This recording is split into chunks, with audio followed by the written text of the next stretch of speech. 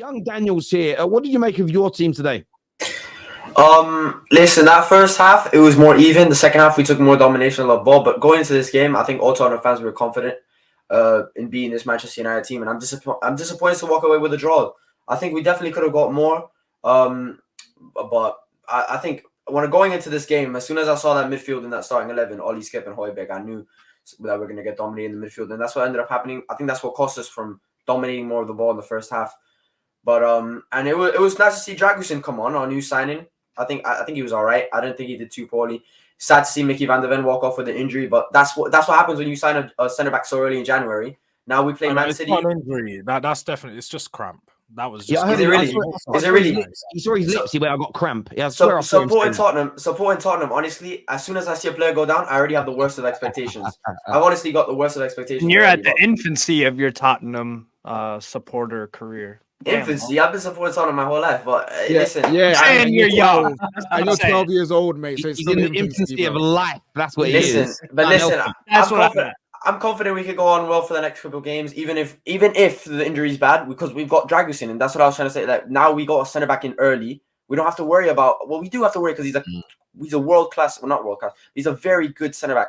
I think he has the potential to become world class. But now we've got Dragusin, and so it's like almost like we take a little bit off of that pressure instead of having now we gotta watch Eric Dyer again.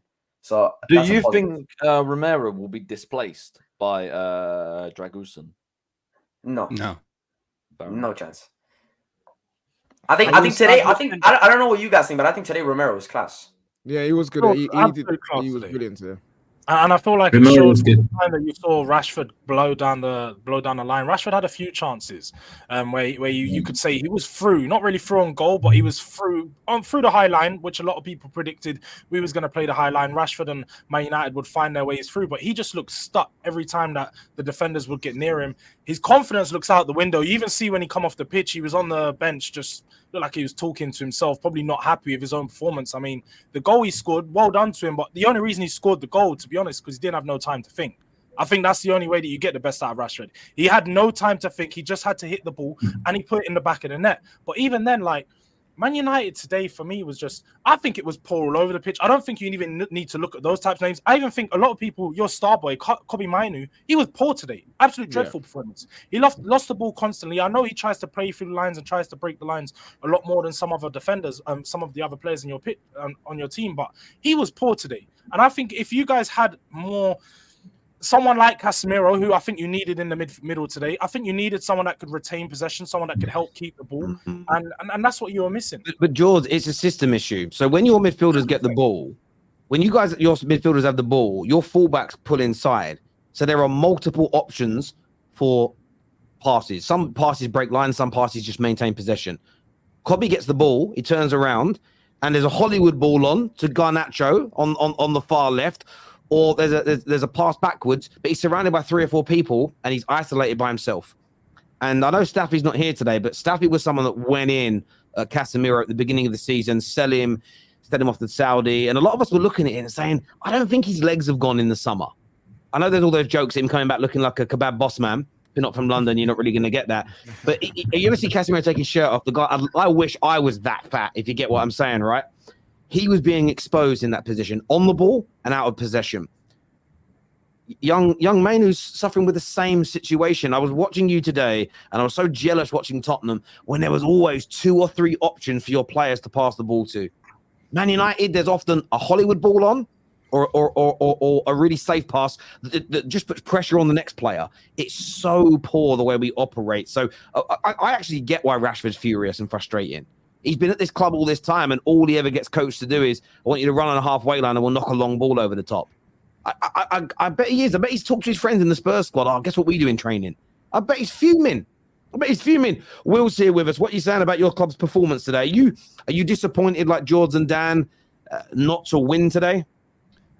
I'm disappointed because knowing that even if Kulusevski was in that midfield, the game has a different result. So... not to mention the other players that are missing today. So that aspect, it's disappointing, but based on who the lineup was, I can't say that I'm disappointed, right? As soon as I saw that team sheet and the bench itself, I mean, we had 6, 7 academy players on the bench. Like we didn't have anybody. So based on that, like if I'm using my rational brain rather than my emotional one, I would say that it's probably a decent result based on who played today.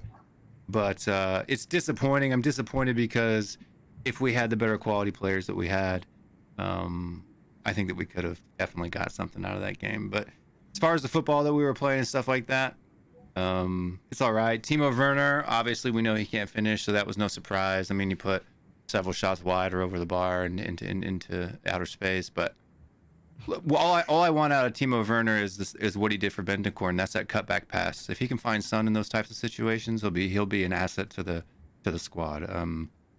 I'm not necessarily expecting him to score a goal. Look, if he doesn't score a single goal all season, but he gets 6 or 7 assists, I'm okay with that, right? As a squad player. So yeah, see, that's what he's here for. When Son's back, he's a player that's going to sit on the bench to bring on to finish off games. Like 20 minutes to go, 15 minutes to go. I was the same when I saw the lineup. I've got to be honest, I was kind of like excited seeing obviously Van der Ven and Romero back, but then I was kind of half worried as well because obviously both players have come out of nowhere because we were expecting them not to be back for another few more weeks.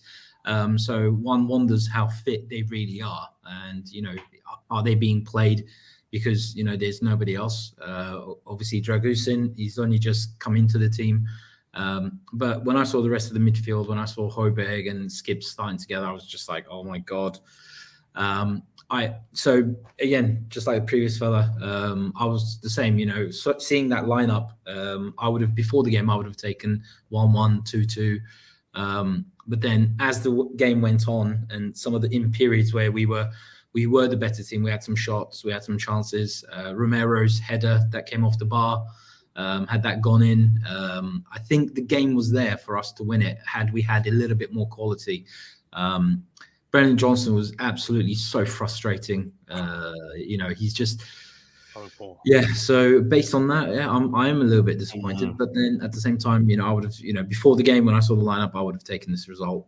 Terry, I want to know where Hassam's at today. Right, this was supposed to be the beginning of our downfall, right, Terry? Oh, months ago. Sam's been predicting our downfall. This was the restart. This was the restart of the destruction of Tottenham, according to Hassam midweek, right? Yeah. Look, listen. I wanted to ask this question to the panel about Tottenham because Big Ange Postecoglou has come out and said you're in a title race.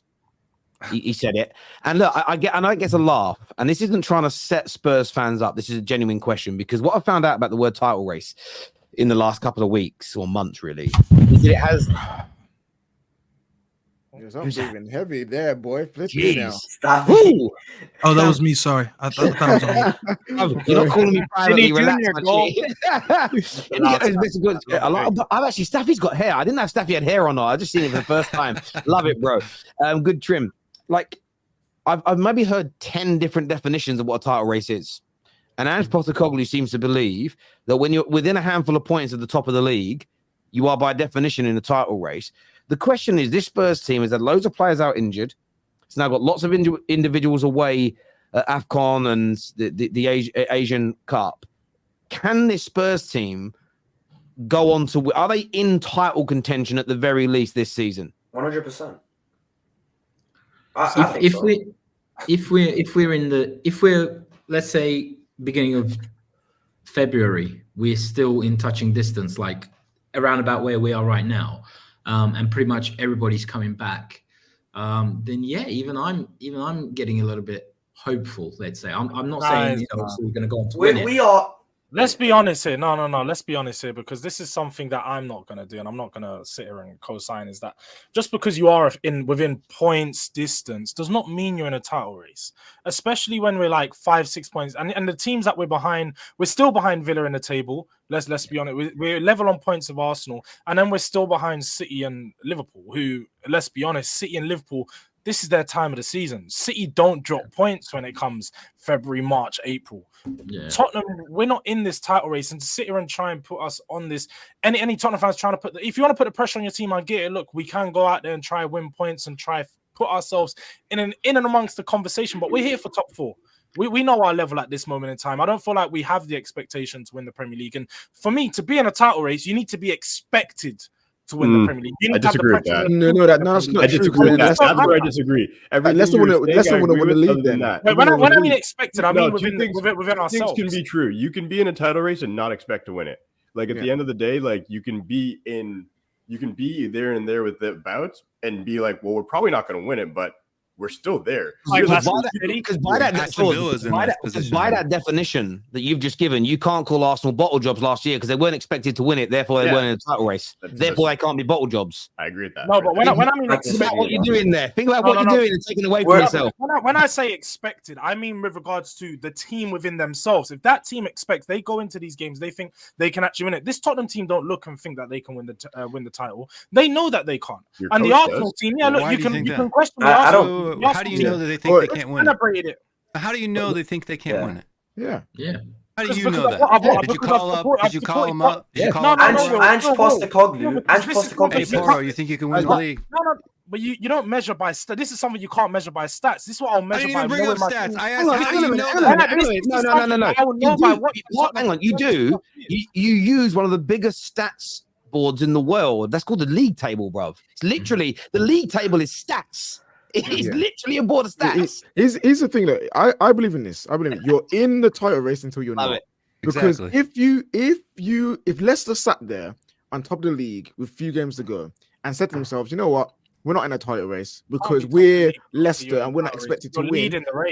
More than likely, they wouldn't have won the league. Even when they were second, if they kept on saying we're not in a title race because we don't think we can win the league, they probably wouldn't have won the league. Your team need to be thinking they're in a title race just in case something happens. Because if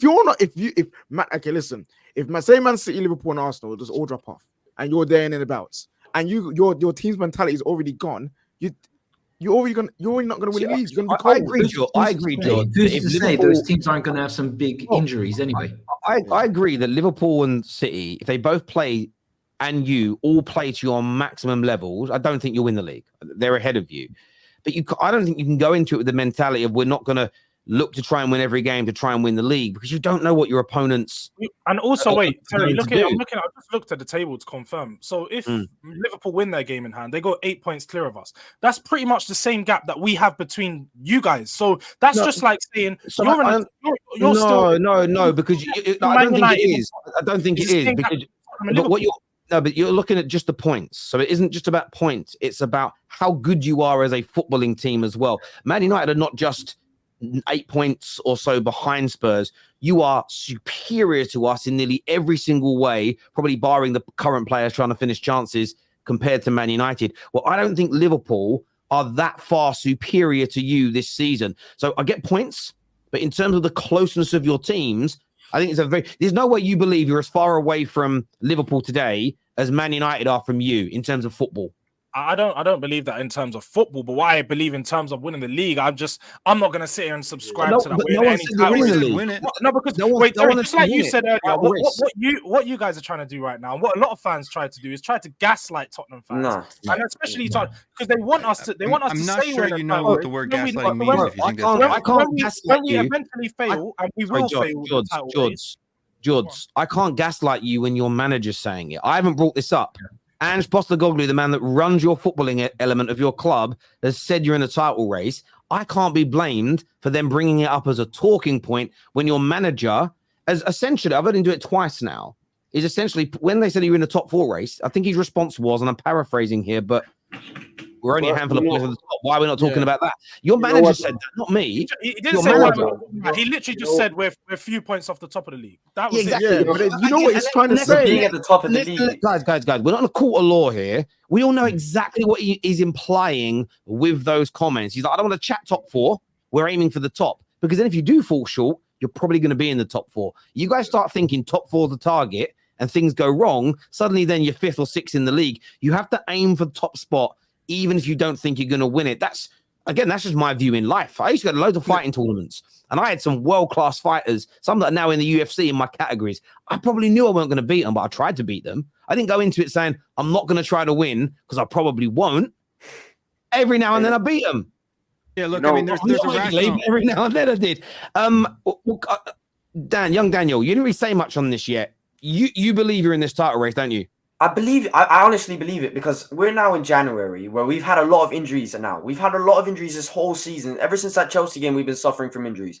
We're now in a place with January. We're getting a lot of these players back. Plus, we've already gone into the January transfer window. I said what we needed in the January transfer window to continue in the title race. Back when I was talking about this in the beginning of the season, I said we needed a backup center back, and we've gotten that in Dragusin. Still think we need a midfielder, and I still think we need somebody a little bit more clinical than Timo Werner. But I'm happy with the Timo Werner signing for the rest of the season on loan.